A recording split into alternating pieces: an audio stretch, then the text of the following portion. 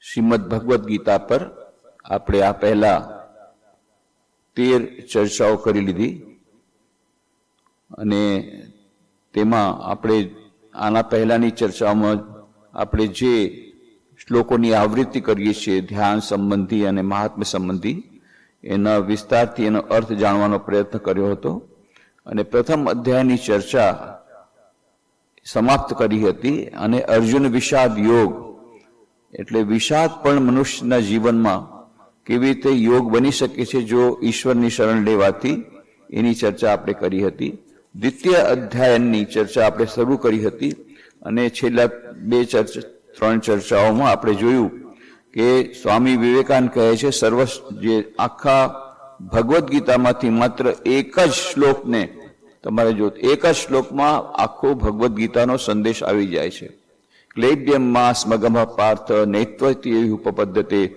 શુદ્રમ હૃદય દૌર્બલ્યમ તત્વોતિષ્ઠ પરંતપ અને આ જે શ્લોક છે જાણે કે ઉપનિષદની વાણી છે જેમાં કહે છે ઉત્તિષ્ઠત જાગ્રત પ્રાપ્ય વરાન નિબોધત કઠોપનિષદની વાત છે ઉઠો જાગો અને ગુરુજનો પાસે જઈને જ્ઞાન પ્રાપ્ત કરો પણ સ્વામી વિવેકાનંદે એનું ફ્રી ટ્રાન્સલેશન આપ્યું arise awake and stop not till the goal is reached ઉઠો જાગો અને ધ્યેય પ્રાપ્તિ સુધી મંડ્યા રહો તો એક જ વસ્તુ છે કારણ કે ધ્યેય તો એક જ છે પરમપદને પાસે પહોંચવું અને જ્યાં સુધી પરમપદ પાસે આપણે નથી પહોંચી શક્યા ત્યાં સુધી આપણે અવિરત કાર્ય કરવાનું છે તો એની ઝલક આપણને અહીંયા મળે છે ભગવદ્ ગીતામાં અર્જુનને કહે છે ભગવાન શ્રી કૃષ્ણ કે આ જે અર્જુને રડવાનું શરૂ કર્યું હતું એટલા માટે જ ભગવાનને ડોઝ દેવો પડ્યો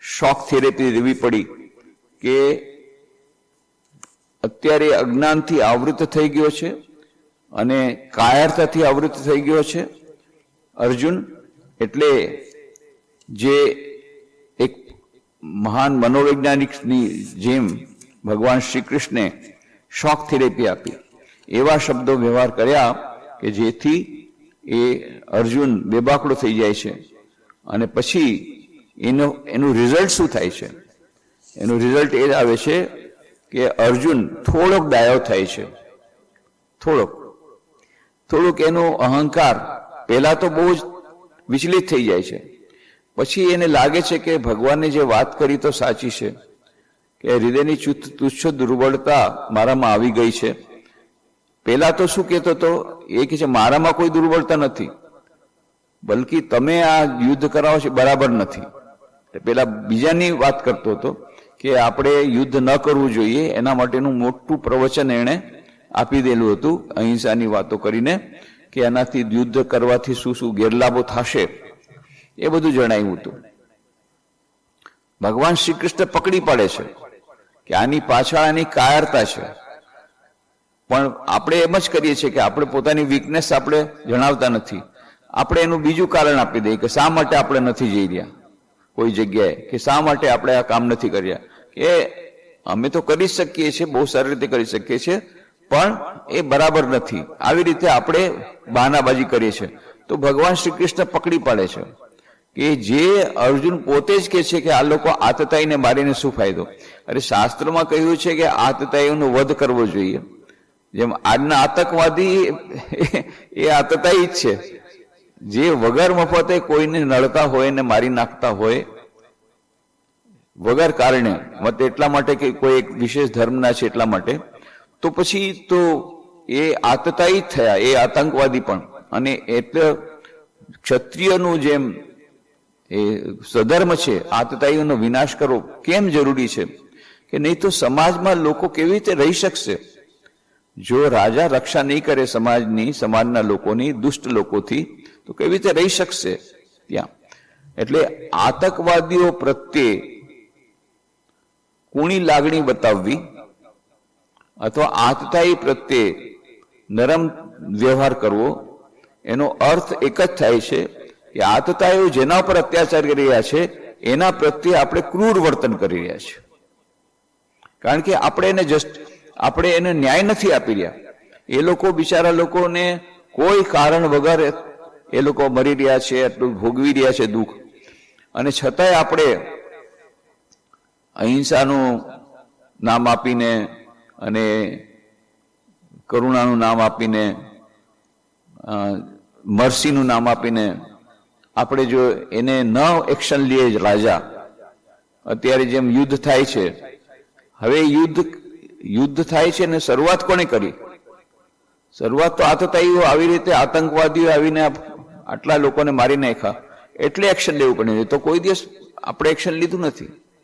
અને એ જો એક્શન ન લેત ઇન્ડિયન આર્મી અથવા તો ભારત વર્ષ, તો હજી એ લોકોને વધારે છૂટ મળી જાત, હજી કેટલાય નિરીહ લોકોનું મરી જાત.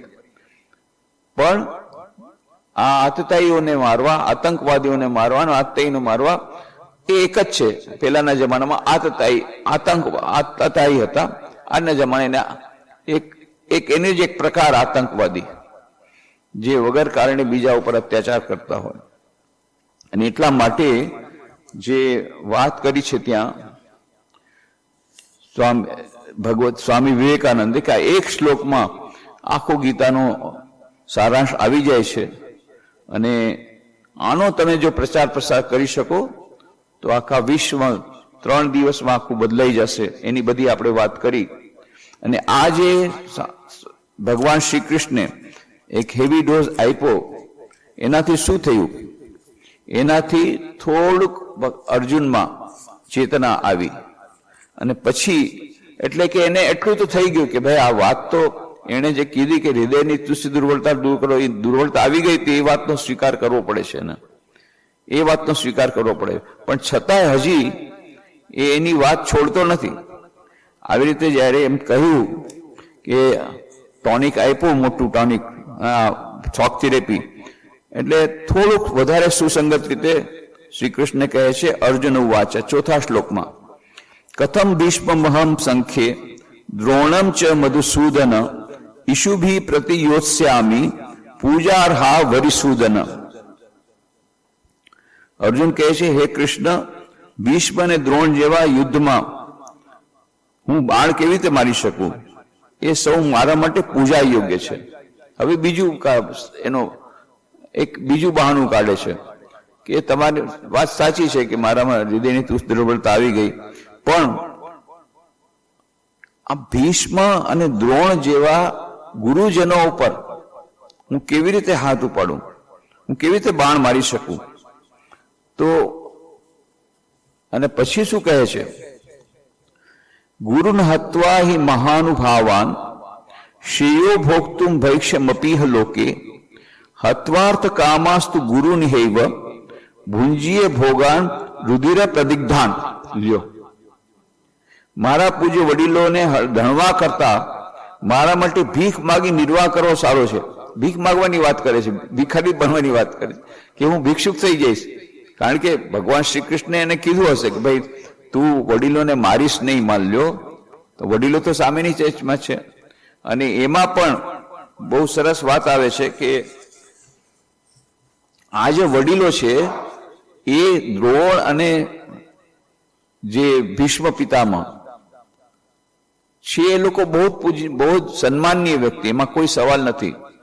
પરંતુ એ લોકોમાં એક દુર્બળતા આવી ગઈ છે. એટલે મહાભારતમાં એવો પ્રસંગ આવે છે કે યુધિષ્ઠિર યુદ્ધ ચાહતા નહોતા, એટલે કહેવા એ નિશસ્ત્ર બનીને સામી સાઈડમાં ગયા. બધા જોતા રહી ગયા. યુધિષ્ઠિર કોઈ પણ શાસ્ત્ર વગર ત્યાં શસ્ત્ર વગર ગયા. પછી ભીષ્મ, દ્રોણ અને શલ્યના ચરણ સ્પર્શ કર્યા અને પછી કહ્યું કે તમે અમારા પક્ષમાં આવી જાઓ, સમજાવ્યા. ત્યારે આ લોકોએ શું જવાબ આપ્યો? ત્રણેય લોકોએ કે અમે તમારી સામે જ યુદ્ધ કરીશું, અમે તમારી સાથે નહીં રહીએ, તમારી સામે યુદ્ધ કરશું, અમારે કૌરવોને સાથે જ અમારે રહેવું પડશે. અને વિચિત્ર કારણ આપે છે. શું કહે છે? ભીષ્મ, દ્રોણ કેવી વીકનેસ આવી જાય છે, નિર્બળતા આવી જાય છે મહાપુરુષમાં. અમે કૌરવોના, દુર્યોધનના ઋણી છીએ, એ એમને પગાર આપે છે, અન્ન આપે છે, અમે આપવાને વશ છીએ, એટલે અમે તને સહાય કરી છીએ કેમ નથી, એટલે અમે વેચાઈ ગયા છીએ. એનો પગાર લઈએ છીએ, એટલે સેલેરી મળે એના પછી તમે એના ગુલામ બનાવી દે એવું કઈ એના જેવું છે. કહે છે અર્થસ્ય દાસો પુરુષો દાસત્વર્થો ન કસ્યચિત ઇતિ સત્યમ મહારાજ બધો સ્મ્યર્થન કૌરવૈ બધો અસ્મિ અર્થેન કૌરવૈ. કહે છે કે જે બીજું આ બધા જે છે એ બધા અમે લોકો અર્થના દાસ છીએ, પૈસાના દાસ છીએ. આ જ્યારે વીકનેસ આવે છે અને ધર્મના વિરુદ્ધમાં આચરણ થાય છે, એનું પેલું પગથિયું શું છે? અર્થના આપણે જ્યારે દાસ થઈ જઈએ ત્યારે આપણે પછી કોઈ એક્શન લઈ શકતા નથી. અને કહે છે કે માણસ એમાં ગીતામાં પણ આ વિશ્વ પર્વમાં આવે છે, આ શ્લોક કહે છે, ભસ્મ પર્વમાં પણ આ શ્લોક આવે છે કે માણસ પૈસાનો દાસ છે, પૈસો કોઈનો દાસ નથી. એવી વાત મહાભારતમાં આવી. અને અહીંયા પણ એમ કે છે ઇતિ સત્યમ મહારાજ બધો સ્મેન અર્થેન કૌરવૈ. પૈસા વડે અમે કૌરવ સાથે બંધાયા છીએ, કૌરવ અમને પગાર ભથ્થા વગેરે આપે છે. આજે પણ આપણે જોઈએ છે આવી સ્થિતિ થાય છે, જે લોકો સેલેરીડ હોય છે અથવા જે લોકોને કંઈક લાંચ લીધી હોય, પૈસા લીધા હોય, તો પછી એ સત્યની સાથે રહી શકતા નથી, એને કોમ્પ્રોમાઇઝ કરવો પડે છે. અહીંયા પણ આ જ વાત છે કે આ લોકોએ ના જ પાડી દીધી કે અમે હવે એવા ગુરુજન પ્રત્યે એની સામે લડવાની વાત છે. હવે એ લોકોએ તો પ્રયત્ન કર્યો યુધિષ્ઠિરે કે આપણે એની સાથે યુદ્ધ ન કરવું પડે, કારણ કે આ લોકો ગુરુજનો છે, પણ એ હવે આવવા તૈયાર નથી પૈસાના લોભમાં. તો હવે બીજો કોઈ ઉપાય નથી. અને જો હાર સ્વીકાર કરી લઈએ તો પછી બસ, પછી તો કૌરવને છૂટો દોર મળી જશે અને ચારે તરફ દ્રૌપદીનું જેવું અપમાન કર્યું, બધી સ્ત્રીઓનું અપમાન થશે ભરસભામાં, ને કેટલું બધું અરાજકતા ફેલાશે આખા. આ જે યુદ્ધ છે મહાભારતનું, આપણે પાછલા વખતે પણ કહ્યું છે કે આ યુદ્ધ ધર્મ અને અધર્મ વચ્ચેનું યુદ્ધ છે. અત્યારે પણ જે યુદ્ધ ચાલી રહ્યું છે પાકિસ્તાન વાળું, એ પણ ધર્મ અધર્મ વચ્ચેનું યુદ્ધ છે કે જે નિરીહ લોકોને આવી રીતે મારી નાખવામાં આવે છે. તો એ અધર્મના બધા લોકો છે, એ અધર્મી જે લોકો છે, આતતાઈઓ, આતંકવાદીઓ, એના ઉપર આ એક્શન લેવામાં આવે છે. તો આ પણ ધર્મ અધર્મ વચ્ચેનું યુદ્ધ છે. અને આવી જ રીતે જે મહાભારતનું યુદ્ધ હતું પણ ધર્મ અધર્મ વચ્ચેનું યુદ્ધ હતું. અને એટલા માટે ભગવાન શ્રી કૃષ્ણ એમને કહે છે કે તું ઊભો થઈ જા, હૃદયની ચુસ્ત દુર્બળતા દૂર કરી દે અને બાયલો થામાં અને યુદ્ધ માટે તૈયાર થઈ જા.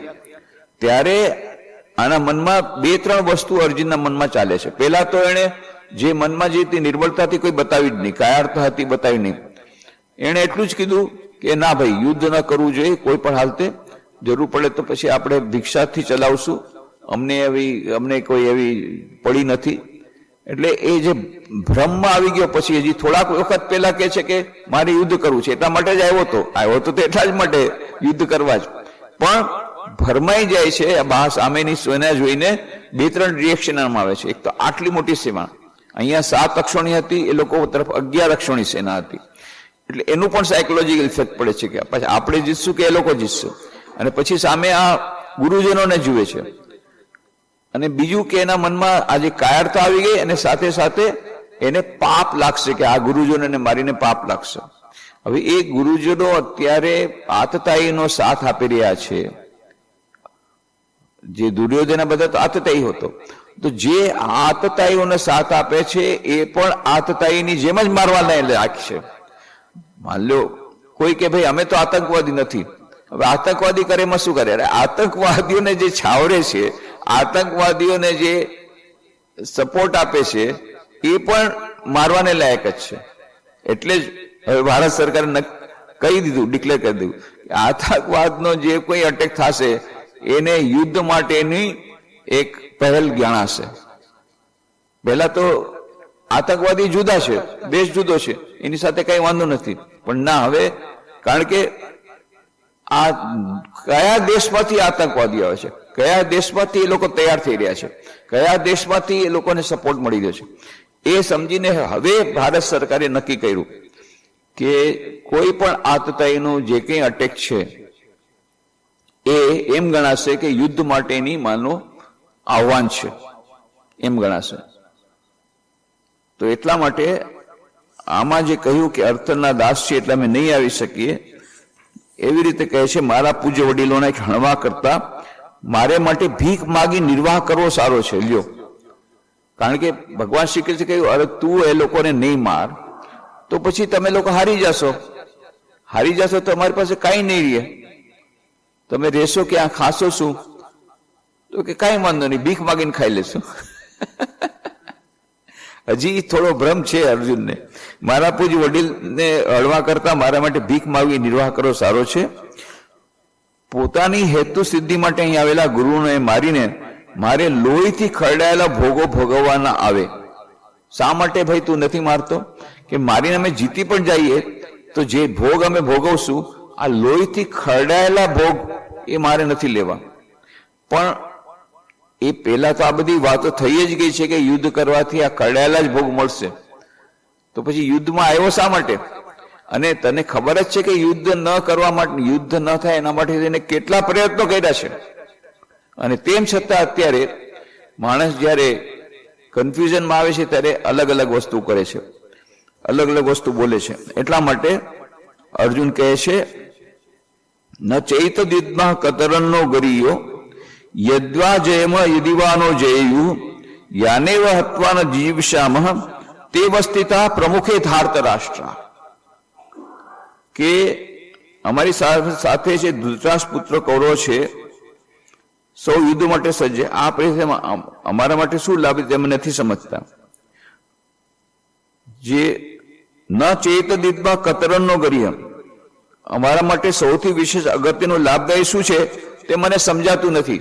એટલું તો અર્જુન હવે સ્વીકાર કર્યું. પહેલા તો લેક્ચર આપી રહ્યો હતું મોટું કૃષ્ણ ભગવાનને જ કે અહિંસા કરવી જોઈએ, લડાઈ શા માટે લડવી જોઈએ, ન લડવી જોઈએ, અને વર્ણશંકરનું કેવી રીતે સમસ્યા થશે એ બધું કરીને એને એટલે હવે તો એટલું સમજી ગયું કે ભાઈ એ તો ઉપરનું એને આવરણ હતું, એ આવરણ જ્યારે ચીરી નાખ્યું શોક થેરેપી દ્વારા, તો હવે અંદરની એની જે બધી સમસ્યાઓ શા માટે લડવા નથી માંગતો એ બધા સમસ્યાઓ, કારણ કે એ તો મોટા સાયકોલોજીસ્ટ છે. પહેલા જ્યાં સુધી પેશન્ટને એનું કારણ શું છે એ રોગનો, ત્યાર પછી રોગની દવા થાય. એટલે કારણ હવે નીકળી રહ્યો છે ધીરે ધીરે થોક તાપથી. તો પહેલું તો કે છે કે અમને ખબર નથી, ન ચૈત દિદ્મા કતરન્નો ગરીહ, અમારા માટે સૌથી વિશેષ અગત્યનો લાભદાયી શું છે તે મને સમજાતું નથી. યદ્વા જયમાં યદિવાનો જય, અમે જીતીએ કે અમે એમને જીતવા દઈએ આ બે વિકલ્પ હું પસંદ કરી શકતો નથી. લ્યો, કે અમે જીતીએ, કોઈ પણ સેના એમ જ કહેશે કે ભાઈ અમે જીતીએ અમારે એના માટે અમે લડી રહ્યા છીએ. આ કે છે અમે જીતીએ એ સારું કે ઓલા જીતે એ સારું, એ મને સમજાતું નથી.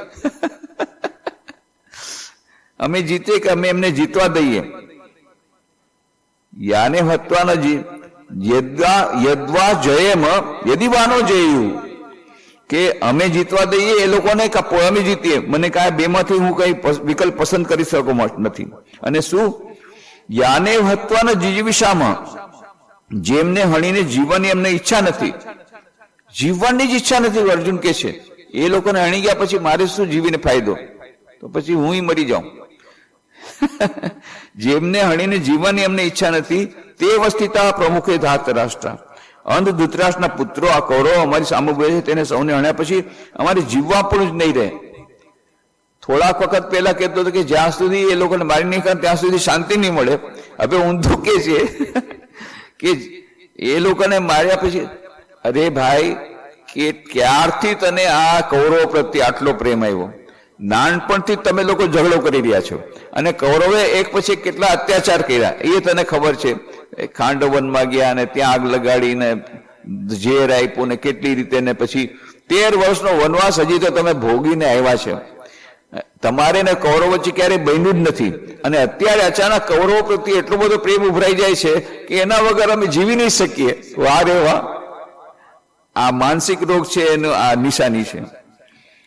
આ કૌરવો અમારી સામે વધે, સૌને હણ્યા પછી અમારે જીવવા પણ નહીં. તો આ રીતે શ્રી કૃષ્ણ સમક્ષ એ પોતાની મૂંઝવણ મૂકે છે. એટલે આમાં 2-3 વસ્તુ એની થઈ ગઈ કે એને એક લાગે છે કે ગુરુજનને હત્યા કરવા કરતા, ગુરુજનને મારવા કરતા આપણે હાર સ્વીકારી લેશું ને ભીખ માગીને રહેશું, અને એટલા માટે હું બાણ મારવા નથી માંગતો. આવી રીતે વાત કરીને પછી કહે છે કે અમે જીતીએ કે એ લોકો જીતે એ પણ મને સમજાતું નથી. આવું કોઈ દિવસ થાય? અર્જુન જેવો અર્જુન, એના જેવો બાણા વડે આખા વિશ્વમાં કોઈ નહોતો, અને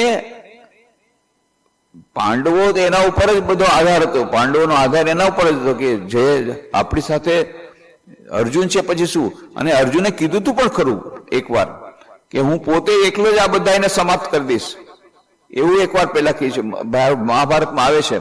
એકવાર એને શેખી મારતા કીધું કે વગર કોઈ સેના એકલો જ હું આ બધાને મારો સમર્થ છું. એટલું મારા ગાંડીવમાં એટલો બધો આત્મવિશ્વાસ હતો, અને પોતાની ધનુર્વિદ્યા ઉપર એટલો આત્મવિશ્વાસ હતો કે આખી સેનાને હું એકલો જ ગણી શકીશ, એવું સમજ, એવી એનામાં એટલી બધી એ વાતો એવું કરતો હતો.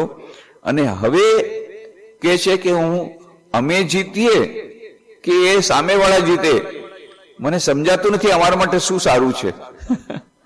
એટલે આવી રીતે અર્જુનની મતિ મૂંઝાઈ ગઈ છે.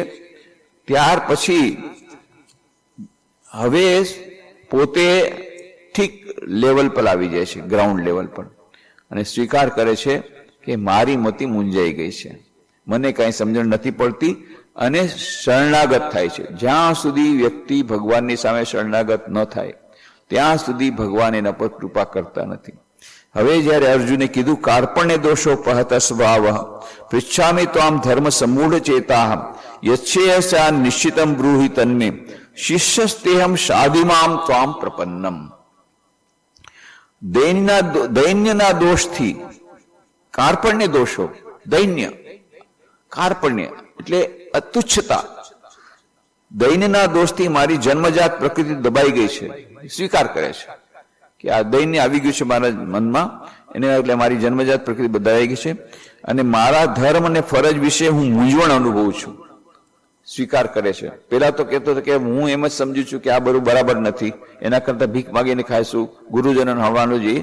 હવે સ્વીકાર કરે છે કે મને કઈ સમજણ પડતી નથી, હું મૂંઝવણાવું છું, ધર્મ અને ફરજ વિશે હું મૂંઝવણ અનુભવું છું. માટે હું તમને પૂછું છું, મારું શ્રેય શેમાં છે તે મને સ્પષ્ટ કહો. તમે જ મને કહી દો કે મારે શું કરવું છે. શ્રેય એટલે જે મારા માટે ઉચિત છે, યોગ્ય છે. પછી શું કે છે, આજે સૌથી વધારે મહત્વની વાત, હું તમારો શિષ્ય છું, તમારે શરણે આવેલા એવા મને બોધ આપો. પૂરું ફૂલી સરેન્ડર કરે છે અર્જુન શ્રી કૃષ્ણ ભગવાનને. કહે છે દૈન્યના દોષથી, કાર્પણ્ય દોષ પહત સ્વભાવ પૃચ્છામિ તામ ધર્મ સમૂઢ ચેતા યશ્ય શ્યાન નિશ્ચિતમ બ્રૂહિ તન્મે શિષ્યસ્તેહમ સાધિમામ ત્વામ પ્રપન્નમ. દૈન્યના દોષથી મારી જન્મજાત પ્રકૃતિ દબાઈ ગઈ છે, મારા ધર્મ અને ફરજ વિશે હું મૂંઝવણાનું છું, માટે હું તમને પૂછું છું મારું શ્રેય શેમાં છે તે મને સ્પષ્ટ કહો. હું તમારો શિષ્ય છું, તમારે શરણે આવેલા એવા મને બોધ આપો. તો આવી રીતે જે સાવ ભાંગી પડ્યો તો અર્જુન, એ હવે અત્યારે આ થોડોક ડોઝ આપ્યા પછી, ભગવાન શ્રી કૃષ્ણ ડોઝ આપ્યો, એના પછી પાછું પણ જે એની પોતાની અંદર મૂંઝવણ આવી ગઈ, મૂંઝવણ કીધી, એ કીધા પછી છેવટે એ ભગવાન શ્રી કૃષ્ણ શરણે આવી જાય છે કે ખરેખર મને કંઈ સમજણ પડતી નથી કે અમારા માટે શું શ્રેયસ્કર છે, મને કંઈ ખબર નથી પડતી, એટલે હું તમારે શરણે આવેલા મને બોધ આપો. એટલે આ જે છે સૌથી વધારે, ત્યાર પછી જ ભગવાન શ્રી કૃષ્ણની જે એમનો ઉપદેશ શરૂ થાય છે. કે કારણ કે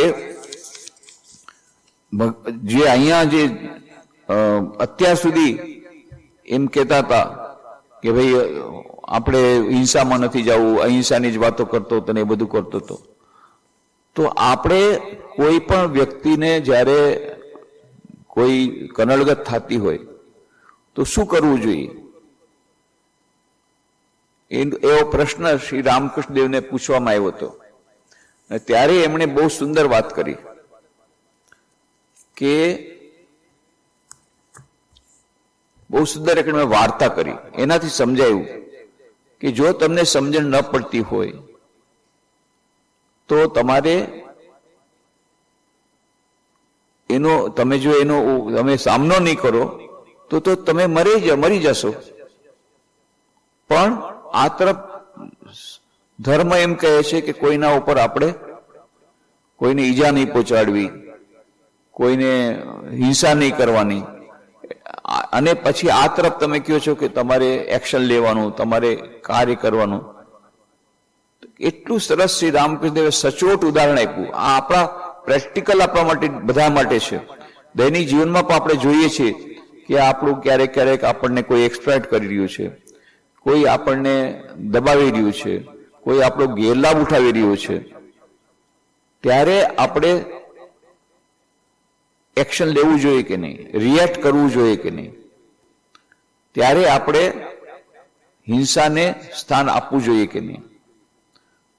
ત્યારે શ્રી રામકૃષ્ણ દેવ એટલું સુંદર એનું ઉદાહરણ આપે છે, ઉદાહરણ દ્વારા સમજાવે છે, વાર્તા દ્વારા. એક બ્રહ્મચારી હતો, ગામમાંથી જતો હતો અને ત્યારે એક ઝાડ પાસેથી જતો હતો. ત્યારે એના છોકરાઓ બધા હતા કે સાધુ બાબા મહારાજ આ તરફ જતા નહીં, આ તરફ એક ઝેરીલો નાગ છે, બહુ જ ઝેરવાળો છે અને ભયંકર છે, એટલે એ તરફ જતા નહીં તો તમને કરડશે. તો બ્રહ્મચારી મહારાજ કીધું કાંઈ વાંધો નહીં, મારી પાસે મંત્ર છે વશીકરણનો. અને ખરેખર નાગ આવ્યો ત્યારે વશીકરણ મંત્રથી આમ કર્યું એટલે ઓલો ચૂપચાપ બેસી ગયો નાગ, કરડવાને બદલે. પછી કે કેમ બધાને કરડે છે? તને ખબર નથી કરડવું સારું નહીં, હિંસા ન કરવી જોઈએ? ચલ હું તને મંત્ર આપું છું, આ મંત્ર જાપ કર તો તારો ઉદ્ધાર થશે અને હવે કોઈને કરડતો નહીં. સમજી ગયો? તો જી ગુરુજી, જેમ તમે કહો એમ. આ તો એકદમ શિષ્ય બની ગયો નાગ, ઝેરીલો નાગ શિષ્ય બની ગયો. હવે સાધુ બ્રહ્મચારી મહારાજ તો ગયા. હવે આ લોકોએ જોયું, છોકરાઓએ, આ તો કઈ કરડતો નથી, કાંઈ નહીં, ચૂપચાપ રહે છે કોઈ. એટલા પછી બધાએ એની સાથે રમત શરૂ કરી, એને મારવાનું શરૂ કર્યું, ઈજા પહોંચાડવાનું શરૂ કર્યું. એક દિવસ તો એક છોકરાએ એને લીધો રમતમાં, ચારે તરફ ફેરવી અને જોરથી પછાડ્યો નીચે.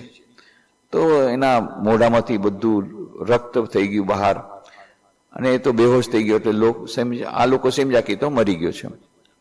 પછી રાતના થોડુંક એને હોશ આવ્યો, ધીરે ધીરે ધીરે થઈને ઝાડની નીચે બિલમાં એ ગયો.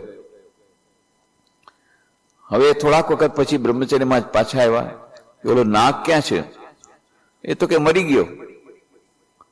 ત્યારે એમણે કીધું એવી રીતે મરે નહીં, કારણ કે જ્યાં સુધી મંત્રની સિદ્ધિ ન થાય મરે નહીં.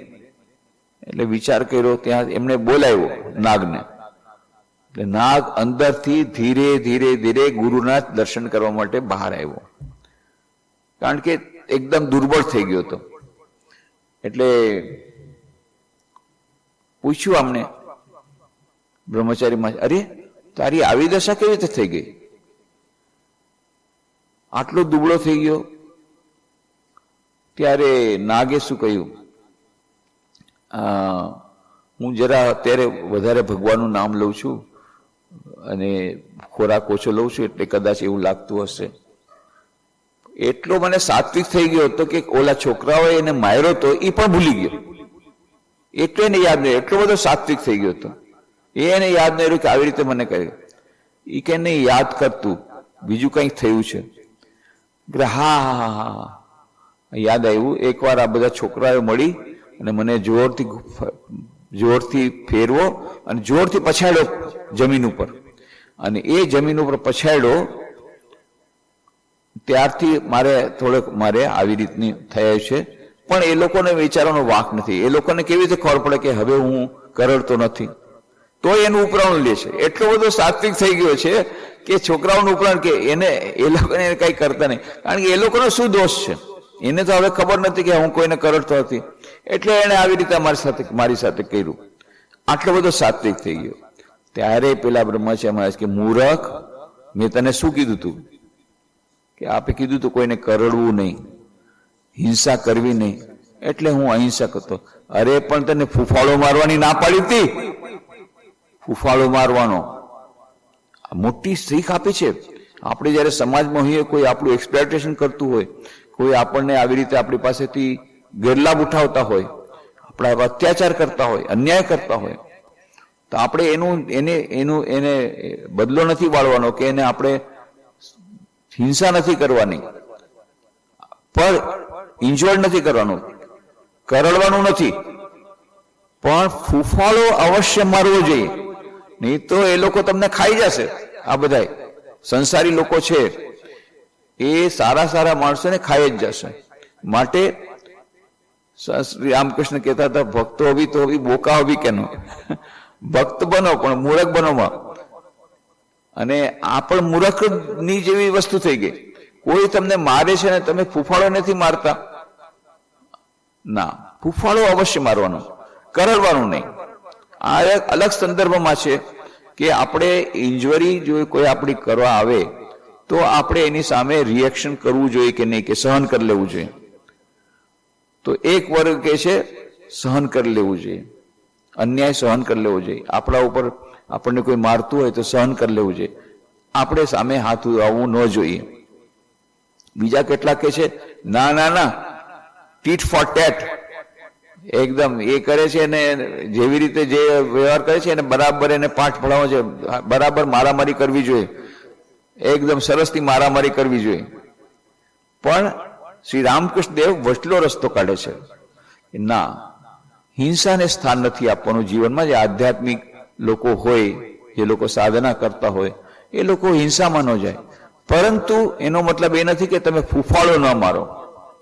ફૂફાળો તો અવશ્ય મારવાનો. ફૂફાળો નહીં મારો તો એ લોકો તમારું હજી વધારે એક્સપ્લોઇટ કરશે, હજી તમને વધારે તમારા સાથે અન્યાય કરશે, હજી તમારે કનડગત કરશે. જે મોલે છોકરા હોય, જયારે એને બંધ કરી દીધું કરડવાનું તો ફેરવીને પછાડ્યું. આવી રીતે આપણી ભાષા એટલા માટે કહે છે કે આપણે non resistance is for the monks, but for the householders self defence હોવું જોઈએ. પોતાનું કમસે કમ રક્ષા કરવા માટે તમારે ફૂફાળો મારવો જોઈએ, રક્ષા પોતાની કરવી જોઈએ. નહીં તો તમે પોતાનું સ્વરક્ષણ કેવી રીતે કરશો? તો સંરક્ષણ કરવું એ પોતાના માટે બહુ જ જરૂરી છે. અને એટલા માટે આજે ભગવાન શ્રી કૃષ્ણે અહીંયા જે વાત કરી છે, આ જે શ્લોક જે છે એ બહુ જ મહત્વનો શ્લોક છે. અને જો આમાં એના મતલબ શું થયો કે જો આપણે શરણાગત થઈ જઈએ તો જ આપણને ભગવાનનો ઉપદેશ સાંભળવા મળે, ભગવાનનું માર્ગદર્શન મળે. શરણાગતિ બહુ જરૂરી છે. અત્યાર સુધી અર્જુને શરણાગતિ સ્વીકારી નહોતી. એ પોતે જ વાતો કરતો હતો કે આમ કરું ને તેમ કરું, બીજાને કહે છે કે આ કરવું જોઈએ ના કરવું જોઈએ. પણ જ્યારે ભગવાને આવી રીતે શ્રી કૃષ્ણ ભગવાને જ્યારે ડોઝ આપ્યો અને આવી રીતે જ્યારે એને થોડી સંજ્ઞા આવી, ત્યારે શું કીધું? કાર્પણે દોષો પહતા સ્વભાવ પૃચ્છામિ ત્વામ ધર્મ સમૂઢ ચેતા યચ્છે નિશ્ચિતમ બ્રૂહિ તન્મે શિષ્યસ્તેહમ સાધિમામ ત્વામ પ્રપન્નમ. કે દૈન્ય દોષથી મારી જન્મજાત પ્રકૃતિ દબાઈ ગઈ છે, હવે સ્વીકાર કરે છે. દૈન્ય કાર્પણ્ય દોષ કોને કહેવાય? કે નિર્બળતાનો એક દૈન્યનો દોષ. દૈન્ય કાર્પણ્ય એટલે દૈન્ય થઈ ગયું, નિર્બળતા આવી ગઈ. એના દોષથી મારી જન્મજાત પ્રકૃતિ દબાઈ ગઈ છે. આ વાતનો એને સ્વીકાર કર્યો. અને ધર્મ અને ફરજ વિશે હું મૂંઝવણ અનુભવું છું કે ધર્મ મારો શું છે, સ્વધર્મ શું છે, શું કરવું જોઈએ મારે આ વખતે, મારી ફરજ શું છે, અત્યારે શું કરવું શું નહીં કરવું, એના માટે હું કન્ફ્યુઝ છું. પોતે જે કન્ફ્યુઝડ છે, આ વાત અર્જુને સ્વીકારી લીધી. અને હજી એનાથી આગળ વધીને શું કહું છું કે મારા માટે શું શ્રેય છે તે મને સ્પષ્ટ કહો, હું સમજી નથી શકતો, મને સ્પષ્ટ કહો. અને હજી એક વાત આમાં વધારે આવે છે, હું તમારો શિષ્ય છું, સ્વીકાર કરે છે તમે મારા ગુરુ છો. જ્યારે શિષ્ય આવીને ગુરુને કહે છે કે હું તમારો શિષ્ય છું અને તમારે શરણે આવેલા મને બોધ આપો, ત્યારે ગુરુ બોધ આપે છે. આ હંમેશા યાદ રાખો. ઘણા લોકો એમ માને છે, આ શ્લોક અત્યંત મહત્વનો છે. કોઈને પોતાના જીવનમાં કઈ મૂંઝવણ હોય તો આવી એક પ્રકારની એક વાત છે, ઘણા લોકો કહે છે કે જો કોઈ આ શ્લોકનું રટણ કરીને એના ઉપર ધ્યાન કરતા કરતા સૂઈ જાય તો એને સપનામાં એનું સોલ્યુશન મળી જાય છે. કોઈ કહે છે, હવે એક્સપેરિમેન્ટ તો તમારે કરવો પડે કરે તો, પણ આવું મુખ્ય વાત છે કે આ બહુ મહત્વનો શ્લોક છે કે જેમાં શિષ્યસ્તેહમ શાદીમામ તામ પ્રપન્નમ, અને કાળપણે દોષો પડતા આપણા જીવનમાં ઘણીવાર એવી સ્થિતિ આવે છે જ્યારે આપણે સમજી શકતા નથી કે આપણે શું કર્તવ્ય આપણું છે, આપણે શું કરવું જોઈએ, શું ન કરવું જોઈએ. તો ત્યારે આ શ્લોક આપણે યાદ કરીએ અને પછી આપણે ગુરુજનોના શરણમાં જઈએ, ગુરુના શરણમાં જઈ એની એડવાઇસ લઈએ તો આપણને સરસ એડવાઇસ મળશે. એમને તમે કહેશો કે ભાઈ અમને એડવાઇસ આપો તો નહીં આપે ગુરુ. તમારે શરણાગત થવું પડે અને કહેવું પડે કે હું તમારી શરણે છું, અને એ ગુરુના ચરણમાં તમે જાઓ પછી તમારે એ મળે. અને પછી છેલ્લે કહે છે, નહીં પ્રપશ્યામી મમાપનુદ્યાદ યચ્છોકમુષ્યો ક્ષણમિન્દ્રિયાણામ અવાપ્ય ભૂમા વસપત્ન વૃદ્ધમ રાજ્યમ સુરાણામ અપી ચાધિપત્યમ. કહે છે મારી ઇન્દ્રિયોને દજાડના શોકને દૂર કરે તેવું પૃથ્વી પરનું સમૃદ્ધ રાજ કે સ્વર્ગના દેવો પરનું આધિપત્ય મને દેખાતું નથી. પાછો પાણીમાં બેસી ગયો.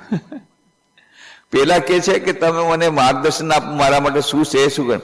અત્યારે મારી સ્થિતિ એવી છે કે મને લાગે છે કે આ યુદ્ધ કરવું બરાબર નથી. છેલ્લે પતા કહી દીધું પોતાનું કે એમાંય કે છે કે મને ખબર નથી પડતી શું કરવું શું નહીં કરવું પડે, અને તમે જ મને માર્ગદર્શન આપો. હું તમારે શરણે આવ્યો છું, તમે મારા ગુરુ છો, હું તમારો શિષ્ય છું. શિષ્યસ્તેહમ સાધીનામ તામ પ્રપન્નમ. આ કીધા પછી શું કે છે કે આ મારી ઇન્દ્રિયોને દજાડનાર શોક, અત્યારે મને જે દુઃખ છે મારા મનમાં, ઇન્દ્રિયોને દજાડનાર શોકને દૂર કરે તેવી પૃથ્વી પરનું સમૃદ્ધ રાજ્ય કે સ્વર્ગના દેવો પરનું આધિપત્ય મને દેખાતું નથી. કે કદાચ અમને પૃથ્વી પરનું પૃથ્વી પરનું આપણને સમૃદ્ધ રાજ્ય મળે કે સ્વર્ગના દેવો પરનું પણ આધિપત્ય મળી જાય, તેમ છતાં મારો શોક દૂર થશે કે નહીં મને ખબર નથી પડતી. મારામાં જે મારું અત્યારે દુઃખ આવ્યું છે, મારી જે અત્યારે કરુણ સ્થિતિ છે, એ માની લો હું અત્યારે આખા પૃથ્વી પરનો માલિક બની જાઉં તો આ દુઃખ દૂર થશે કે નહીં મને ખબર નથી. અને સ્વર્ગના દેવો પાસે, સ્વર્ગના દેવો જે છે એના ઉપર પણ આધિપત્ય મારું થઈ જશે તો મને તોય મને ખબર નથી પડતી, એનાથી મને આ મારો શોક દૂર થઈ જશે.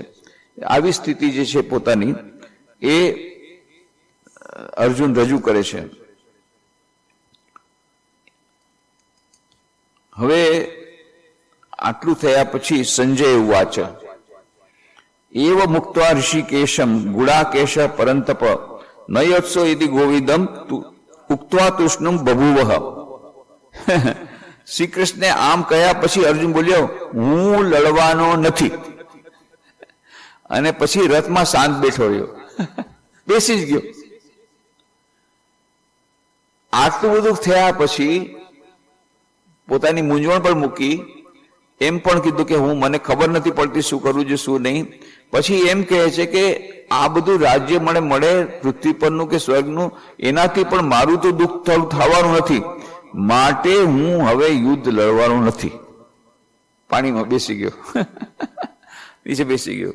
હવે વિચાર કરો કે જે અર્જુન ઉપર યુદ્ધનો જીતવાનો આખો પૂરો દારોમદાર હતો, એના ઉપર જ આખો આધાર હતો. અર્જુન મુખ્ય વક્તા મુખ્ય તો એ જ હતો.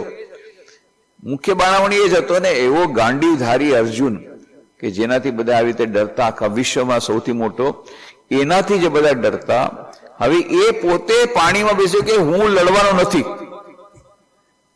વિચાર કરો, ભગવાન શ્રી કૃષ્ણ ભગવાન કેવા ટેન્શનમાં આવી ગયા હશે.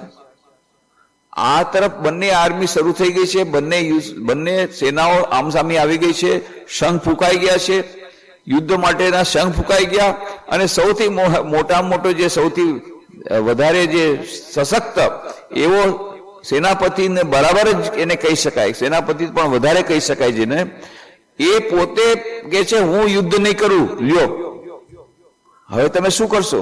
પ્રાઇમ મિનિસ્ટરની શું હાલત થાય જો આપણા આર્મીના બધા લોકો કે ના અમે યુદ્ધ નહીં કરીએ, અચાનક પાણીમાં બેસી જાય, શું થાય હાલત? તો ત્યારે ભગવાન શ્રી કૃષ્ણની હાલત કેવી હશે? વિચાર કરો, કેટલા ટેન્શનમાં આવી ગયા હશે, કેટલું દુઃખ થશે. એટલે હવે આનાથી મોટી કોઈ સમસ્યા કોણ આવી શકે કે બંને યુદ્ધ, બંને તરફની સેનાઓ મેદાનમાં આવી ગઈ છે, એકબીજાની સામસામે એકબીજાને અટેક કરવા માટે તૈયાર થઈ ગઈ છે, આક્રમણ કરવા માટે તૈયાર થઈ ગઈ છે, શંખ ફૂંકાઈ ગયા છે, અને ત્યારે જેના ઉપર આખા યુદ્ધનો જીતવાનો આધાર છે એ અર્જુન રથમાં પાછળ બેસીને કહે છે હું યુદ્ધ નહીં કરું. એવી કેવી સ્થિતિ, કેવી કપરી સ્થિતિ. બીજું કોઈ હોત તો કેવા ટેન્શનમાં આવી જાત. પણ આ તો ભગવાન શ્રી કૃષ્ણ જે એમણે પાછળથી દ્વિતીય આ જ અધ્યાયમાં આપણને પછી છેવટે બધા લક્ષણો બતાવશે કે સ્થિતપ્રજ્ઞ કા ભાષા સમાધિ સચ કેશવ સ્થિતધિ કિમ પ્રભાષેત કિમા સ્થિત વ્રજેત કિમ. સ્થિતપ્રજ્ઞના જે લક્ષણ બતાવ્યા છે એ સ્થિતપ્રજ્ઞ શ્રી કૃષ્ણ ભગવાન પોતે સ્થિતપ્રજ્ઞ છે. પુરાવો શું? જુઓ, જ્યારે આમ કહી દીધું, સંજય બોલ્યો, આ સંજય ઉવાચ કે આવી રીતે શ્રી કૃષ્ણ આમ કહ્યા પછી અર્જુન બોલ્યો હું લડવાનો નથી, અને પછી રથમાં શાંત બેઠો રહ્યો. આવું સંજય કીધું. આ સંજયના કહેવા પછી હવે શ્રી કૃષ્ણ શું કરે છે? પછી શ્રી કૃષ્ણ શું કર્યું? તમુવાચ ઋષિકેશ પ્રહસન્નિવ ભારત સેનયોર ઉભયો મધ્યે વિષિદંતમ વિદમ વચ. લ્યો, સેના આવી કપરી સ્થિતિમાં કે જ્યારે આ બધું આવી રીતે આવડી કપરી સ્થિતિ ને આવી કરુણ સ્થિતિ, આવી અત્યંત કટોકટીના સમયમાં જ્યારે અર્જુન કહે છે હું નહીં લડું, ત્યારે તમુવાચ ઋષિકેશ પ્રહસન્નિવ ભારત, હસે છે. બોલો, જાણે કે હસતા હોય એવી રીતે શ્રી કૃષ્ણ ભગવાન વાત કરે છે. આવી સ્થિતિમાં બંને તરફ સેનાઓ એકબીજા ઉપર વાર કરવા તૈયાર છે. અર્જુન બોલે છે હું યુદ્ધ નહીં કરું.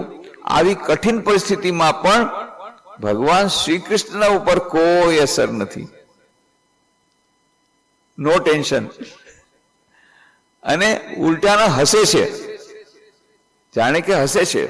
એટલે કહે છે તમુવાચ ઋષિકેશ પ્રહસન્નિવ ભારત, જાણે કે હસતા હોય એવી રીતે ઋષિકેશે ભગવાન શ્રી કૃષ્ણે બોલ્યા. ક્યાં? સેનયોર ઉભર મધ્ય વિષિદંતમ વિદમ વચ. સેનાની વચ્ચે, બંને સેનાની વચ્ચે ઉભા રહીને વિષિદંતમ વિદમ વચ, આવી રીતે એમણે વચન કહ્યું. આ તણાવભરી સ્થિતિ હોય ત્યારે તમે મુખે સ્મિત તમારું રહી શકે તો એનાથી આપણને મહાનતાની એની ખબર પડે કે ભગવાન શ્રી કૃષ્ણ આવી અત્યંત કપરી સ્થિતિમાં પણ એમનું કોઈ, એમના મન ઉપર કોઈ એ અસર થતી નથી, એમના ચહેરા ઉપર અસર થતી નથી. અને ત્યારે આવી વખતે પણ પોતાનું બેલેન્સ જાળવી રાખી, માનસિક સંતુલન જાળવી રાખી, અને જાણે કે હસતા હોય એવી રીતે ભગવાન શ્રી કૃષ્ણ અર્જુનને કહે છે. તો એના પછી જે જે આ પછી જે ભગવાનનો જે સંદેશો છે અસલ સંદેશો ત્યાંથી શરૂ થાય છે. દ્વિતીય અધ્યાયનો જે જ્ઞાન, જે સાંખ્ય યોગ આનું નામ આપ્યું, સાંખ્ય યોગનો અર્થ સાંખ્ય દર્શન નથી. ઘણા લોકો એનાથી કન્ફ્યુઝ કરે છે. સાંખ્ય એક દર્શન પણ છે, પણ અહીંયા સાંખ્ય યોગ જે નામ આપ્યું છે બીજા દ્વિતીય અધ્યાયનું, એનો અર્થ છે જ્ઞાન યોગ. અને એ જ્ઞાન એ શેનું જ્ઞાન છે? એ જ્ઞાન જે મનુષ્ય માટેનું અત્યંત મહત્વપૂર્ણ જ્ઞાન, એ જ્ઞાનની વાતો હવે 11મા શ્લોકથી આપણે શરૂ કરીશું. તો આવતા રવિવારે 6:15 વાગે આપણે પાછા મળીશું. આજે અહીંયા જ સમાપ્ત કરીએ. ઓમ શાંતિ શાંતિ શાંતિ. હરિ ઓમ તત્સત. શ્રી રામ કૃષ્ણાર્પણમસ્તુ.